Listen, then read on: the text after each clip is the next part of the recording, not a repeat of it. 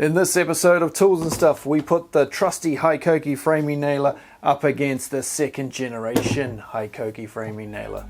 How's it going to compare? Hikoki make a lot of cordless nailers, possibly more than anybody else. This is the original Hikoki gasless, cordless framing nailer. When this thing came out, it was a big buzz. This was the tool to have. This changed things. The words game changer get thrown around a lot on YouTube. Way too much by, certain YouTube channels, that love to just put it in every freaking thumbnail. But this was a game changer. And Hikoki may have just released another game changer with their Gen 2 model. This nailer is so old that it has a sticker with the word Hikoki on it, because this was right in the changeover period when Hitachi were turning to Hikoki. And so they haven't even made a mold for the clamshell there yet. It's just a sticker. Now, if you're in North America and you think this kind of looks like a Metabo HPT, well, you'd be absolutely right. Hikoki, in most of the world, in North America, this will be called a Metabo HPT. Exactly the same tools, exactly the same company, different name for North America. Don't ask me why. They seem to just want to confuse everything as much as they possibly could between Metabo, Hikoki, Hitachi, Metabo HPT. If you want to sort of try and get your head around all that, I did a video over on my other channel, Builds and Stuff. Yes, I have another channel. I have a couple of other channels actually. Up here, go take a look at that if you're interested in finding out all about that. But today we're going to take a look at the difference between this and the new Gen 2. This is model number NR1890DBCL. And we'll be comparing it to the Gen 2, which is the NR1890DCA. Now, there are a few things about this old Hitachi that I didn't like. Oh, I've said Hitachi, now I've got that back in my head. Damn it.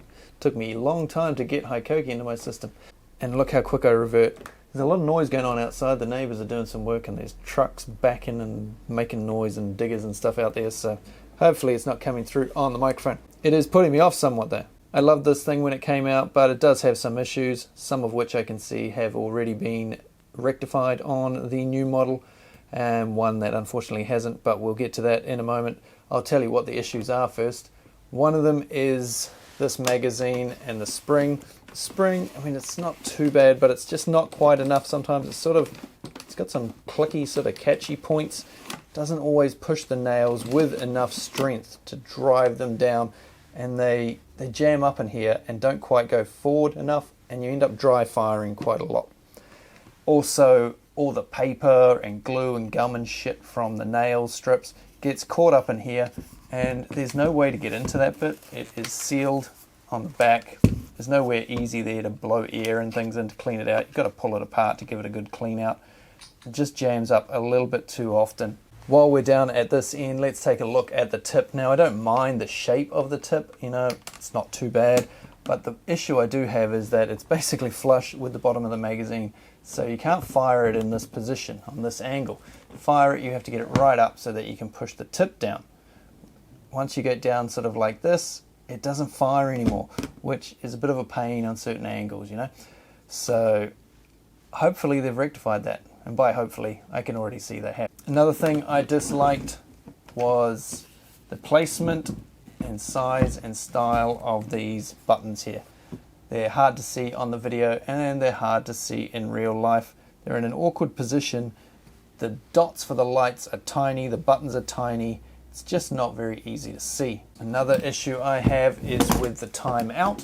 So the tip timeout, so you push down on the tip, couple of seconds goes by, you pull the trigger and the thing won't fire. You have to take it off, put it back down again, and it's only like 2 seconds.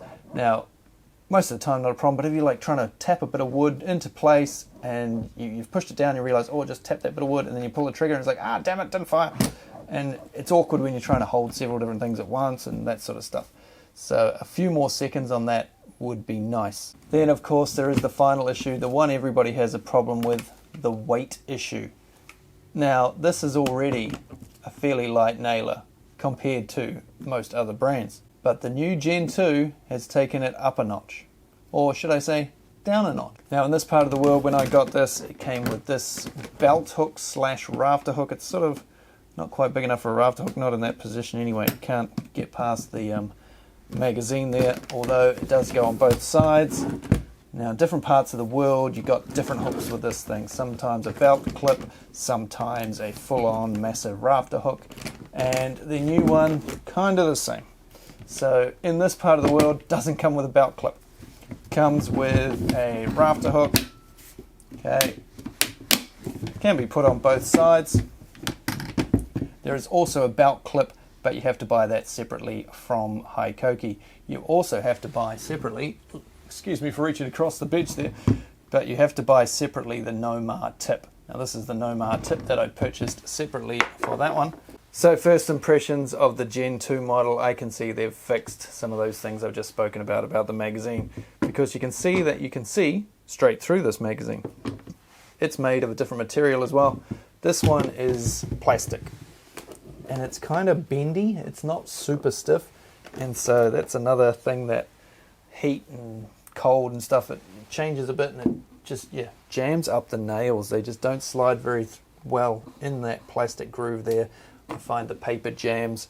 That is my biggest bugbear with this thing, dry firing. There's nothing worse than you hold a bit of wood up, you fire a couple of nails into it, you let go, turn around, and the bit of wood falls down. Just painful. So hopefully that's been rectified with this. It is a very different magazine. It's aluminium, very open as you can see, so you can clean it out easy. You can clean it out at the tip end here. Much more access to the nail area for blowing it out, keeping it clean. So hopefully that's fixed that problem. Second problem, again, while we're at the tip area here, it is significantly, I can get my finger under here, significantly lower down. So you can fire like this, but you can also, by the looks, fire on that angle. No having to always tilt the tool up to get it to work. I'll test that, of course, in a moment to make sure that is the case. The buttons, look at that, you can see them from that side even. Buttons, much clearer, easier to see. Don't know how good they are in the sun yet. Test that too. Other differences are it has a battery sort of protection area here. This is cushioned, which it isn't on the original model, so it just helps your battery from the vibrations that jolts every time you fire a nail. It has built-in tool storage here, so that if you get a jam, you've got this on the tool, whereas it didn't have that on the other one. You'd have to hunt around for it in your case if you haven't lost them. Problem is, you know how most onboard tool storage just falls out, you lose them in no time at all. This one, I can't even get out. The opposite problem is jammed in there good and proper. You need a screwdriver to flick that out. What else? Oh yeah, the weight. It is light. Now, it's not light, it's not pass load light, but it is the lightest cordless framing nailer around, by quite a margin really. They already had the lightest one with this one, and then this one I do believe is what, 400 grams lighter? We better test that right now. So the OG model, no nails in it, rafter hook still attached. We're looking at 4,060 grams. And the new Gen 2 coming in at, doesn't want to balance as nicely, 3807. Okay, wow, that clearly isn't 400 grams like I've been told so many times. Looking more like 250. I mean, any improvement in weight is good when it comes to these things. But yeah, that is not 400 grams. Maybe I misheard the 400 grams. On the website it comes in as 3.7, which is 100 less, but they're probably not counting it with the belt hook on it, or the rafter hook I should say, because yeah, 254 grams difference. Quarter of a kg, just over half a pound. Any weight gain, weight loss I should say, is an improvement for one of these things. But they've still got a long way to go to get down to that pass load range. If you could whack another kg out of this thing somehow, then, wow, pass load would be dead. So, was it worth it for that extra 250 grams and the other changes? Well, if you're starting off and you're going to buy a nail gun, this is by far the lightest one available. Because remember, it's only 250 grams lighter than the last one, but Looking at the Makita, about 900 grams heavier than the new Hikoki. That's with the rafter hook as well, no nails. So 900 grams is a big difference. If you're lugging that around all day, if you're firing above your head a lot, you're gonna feel it. What about Big Red? Where's he coming in? So Milwaukee 4.4, about 300 grams lighter than the Makita, but still a whopping 600 grams heavier than the new Hikoki. So the Hikoki 3.8. Hikoki make a lot of cordless nailers, possibly more than anybody else. Okay, looking at the original Gen 1 nailer, let's put some nails in it. You slide them in, cock it back, bang, ready to go. The new nailer, same deal, slides in a little bit quicker. Feel pretty much the same so far. Let's check how the tips go. Bung a battery on the old school. So as I said earlier, in this position, you're not firing, you can't get the tip to depress. Let's go a little bit more. No, a bit more. There we go. So on about, got to get it up to that sort of angle. So a couple of inches or more underneath the angle here. Let's try it with the new nailer. We just sit the tool on the pallet here and then push forward. Will it fire? Look at that. So you can fire with the tool touching all the way along at the back there. That's good. That gives you a lot more options for getting into tighter spaces. And that is firing deep. Holy moly. I'll wind them both fully down. That's fully down. That's fully down. I'll use the same battery on both of them and we'll do a drive test, which is see how deep it goes on the front here. Don't want to waste any good timber today. Haven't got a whole bunch of scrap laying around, so we're gonna just use this pallet. So this is a depth test.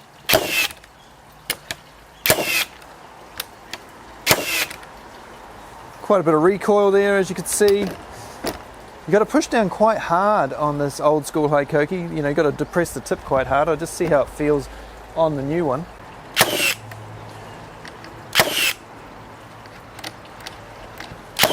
So the tip is much lighter to push down, much nicer to use. And boy oh boy did it fire those in deep. Can you see how deep those suckers went in? That one, I mean those, yeah, that's good.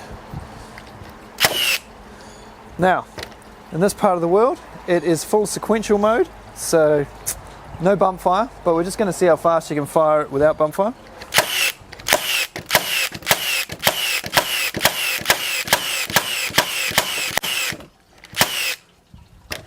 That was quick, very, very quick. And with the old nailer,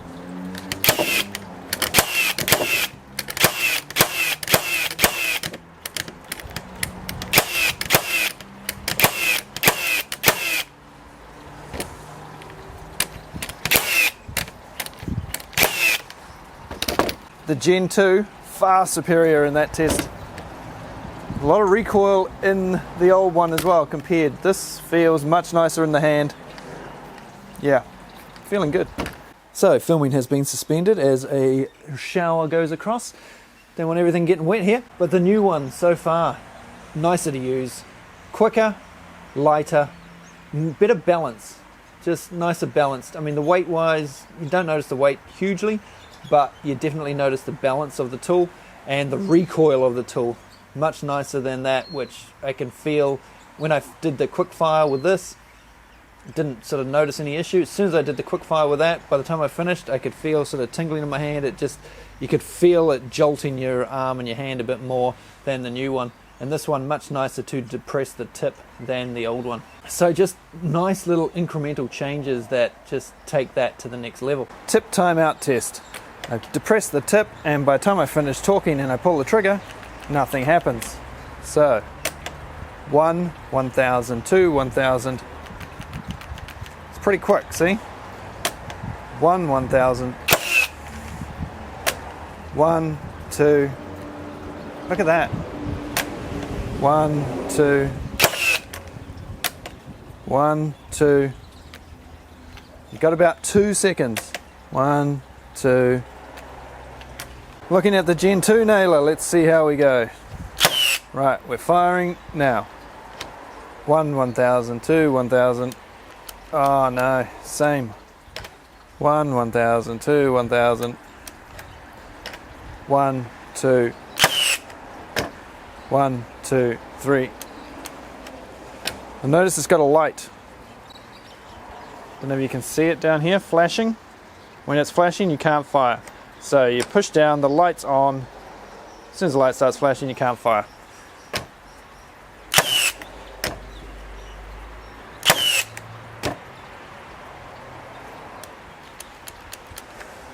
So they haven't changed that, unfortunately. Another couple of seconds, 5 seconds would be nice. 2 seconds just can be a bit annoying, like I say, when you're just trying to tap something into place. You've got to reset your gun, and then your bit of wood moves, and yeah, pain in the ass. You can see the nose tips are very different on the two tools. The front's basically the same, but the old one, these little back teeth are a long way back on a sharp angle, whereas the new ones stick down a lot further. That means you can get on a lot more different angles. With this one, as soon as you go to the side, you hit the base of the magazine for starters. This one, you can swivel it into so many more angles, and it's still touching those teeth and pushing down your nose so that you are actually able to fire a nail on all sorts of cool angles. So that is very good. This is the old school.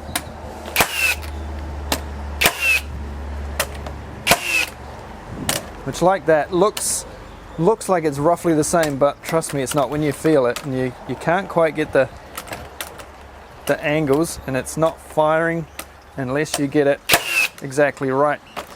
And yeah, depressing that tip, much harder on this. I didn't notice just how annoying it was until I started using that new one. We've got quite a tight gap here in this pallet.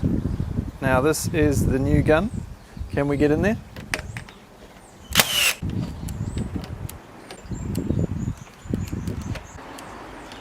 Well, you're not firing. You're locked out. It's not firing because we have locked out.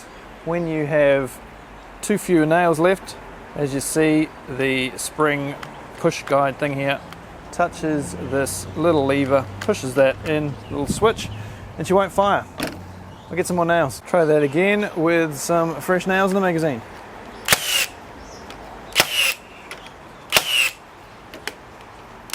So lots of nails clustered in there, perfect for getting in tight angles. Let's now try the Gen 1 gun.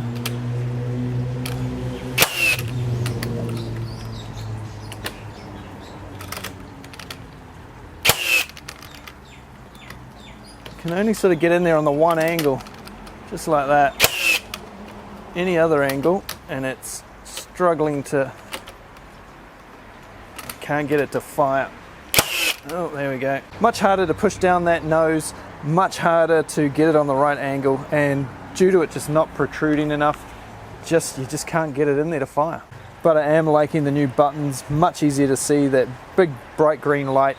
The one on the old one, you can barely see it all, it's just like a pinprick. There is also another button on here, which I'll talk about when I get back to the bench, which I guess we'll go do now. Now I have been using the multi-volt batteries, which is a 36 volt and 18 volt battery. The tool itself is an 18 volt tool. So it can of course be used with any of the slide 18 volt batteries from Hikoki. I just tend to not bother with 18 volt batteries because most of my Hikoki stuff is usually 36 volt, so I just use these batteries. I wonder if it would be more powerful with the new tabless T-Power battery. Now if you get an error with this first generation gun, you'll get a couple of amber lights come up on this battery indicator section. Now to reset that, some of you will have an extra button here than this gun's got, which is the mode selection between single fire and bump fire. If you hold that down with the power button for like 10 seconds, I think, it basically resets that. But if you've got one like this, you have to prise open.